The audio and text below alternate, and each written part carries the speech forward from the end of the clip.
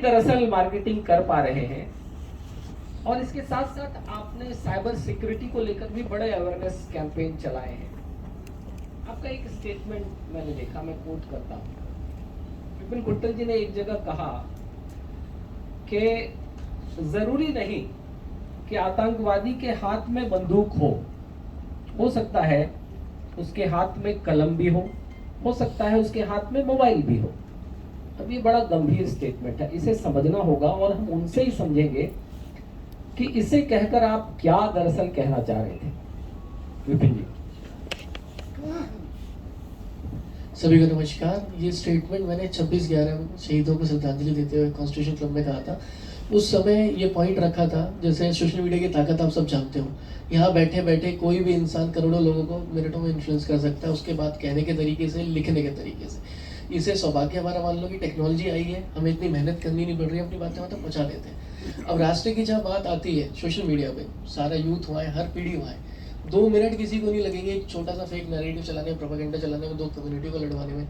और कोविड पे अगर आपने ध्यान दिया हो ना, बहुत सारे नैरेटिव उस टाइम पे चले थे, आज भी चल रहे हैं, जिनको बाद में पता चलता है पूरे फेक थे। एक बहुत एग्जांपल मैं देता हूँ, हमारी जो शैली रही है, संस्कृति रही है, वो संयुक्त परिवार वाली रही, समाज वाली रही, पर धीरे धीरे हर एक कोई आइसोलेट होते जा रहा है। इसमें सोशल मीडिया का बहुत बड़ा योगदान रहा है नेगेटिव तौर पर। उस संदर्भ में मैंने ये बात कही थी, पहले समाज की उपलब्धियों को दिखाया जाता था, एक परिवार की तरह वसुधैव कुटुंबकम वाली भी हमारी नीति है, पर धीरे धीरे मीम्स आने लग गए कि समाज इस तरीके से आपको रोकता है आगे बढ़ने से, छोटे उम्र से आपको रोकता है, रोका टोकी करता है। तो लोगों ने मान लिया समाज बाधा है मेरे आगे बढ़ने में, जो मुझे करना है मैं ही हूँ, मेरा परिवार ही है, लोग सिमट के रह गए।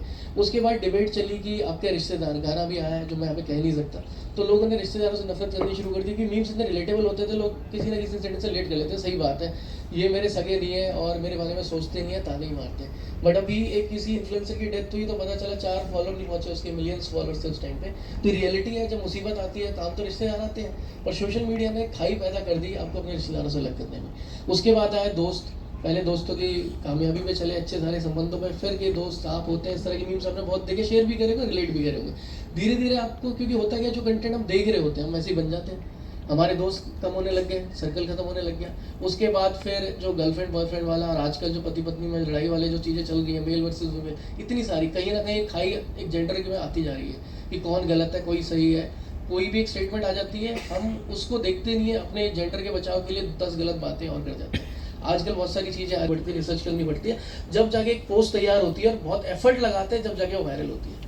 तो जो ये पेज चला रहे हैं, जो ये पोस्ट वायरल कर रहे हैं, उनका उद्देश्य क्या है? सोशल मीडिया पे आने का उद्देश्य यही हो सकता है, तो पैसा कमा रहे हो, किसी ने पैसे दिए उनको, या उनका इंटेंशन हो कुछ ना कुछ प्रमोशन करने की या नैरेटिव सेट करने की, तो इससे बचना पड़ेगा। मेरा वहाँ पे ये था कि अगर कोई बाहर बैठा दुश्मन भी आज हमारे समाज को तोड़ना चाहता है, सोशल मीडिया से बहुत आराम से तोड़ सकता है, उसको यहाँ आके बंदूक चलाने की जरूरत है। बहुत बहुत सही बात है। ये जो विषय इन्होंने रखा, मुझे लगता है यहाँ उपस्थित हम में से हर कोई आपके पीछे बड़ी फॉलोइंग है, बड़े सारे लोग, आपको नहीं पता होता किस तरीके से प्रभावित होते हैं, और उनके